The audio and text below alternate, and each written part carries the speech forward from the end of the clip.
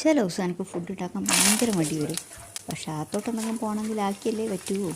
അങ്ങനെയുള്ള സമയത്ത് ഞാൻ ഉണ്ടാക്കി തട്ടിക്കൂട്ടി ചിക്കൻ റോസ്റ്റ് ആയിട്ട് അടി കട്ടിയുള്ളൊരു പാത്രം എടുത്തിട്ട് വെളിച്ചെണ്ണ ഒഴിച്ച് ചൂടാക്കിയിട്ട് അതിലേക്ക് പെരിഞ്ചീരകം കറിവേപ്പില ഇട്ട് കൊടുക്കുക.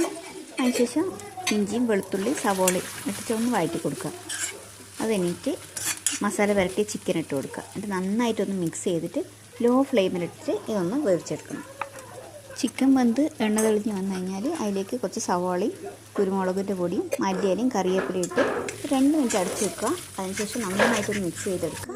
തട്ടിക്കൂട്ടാണെങ്കിലും ടേസ്റ്റ് പൊളിയാണ്. ചില ദിവസം എനിക്ക് ഫുഡ് ഉണ്ടാക്കാൻ ഭയങ്കര മടി വരും. പക്ഷേ അകത്തോട്ടെന്തെങ്കിലും പോകണമെങ്കിൽ ആക്കിയല്ലേ പറ്റുമോ.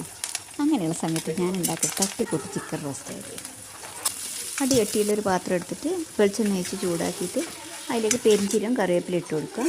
അതിനുശേഷം ഇഞ്ചിയും വെളുത്തുള്ളി സവോളയും ഇട്ടിട്ട് ഒന്ന് വഴറ്റി കൊടുക്കുക. അത് കഴിഞ്ഞിട്ട് മസാല പുരട്ടി ചിക്കൻ ഇട്ട് കൊടുക്കുക. എന്നിട്ട് നന്നായിട്ടൊന്ന് മിക്സ് ചെയ്തിട്ട് ലോ ഫ്ലെയിമിലിട്ടിട്ട് ഇതൊന്ന് വേവിച്ചെടുക്കണം.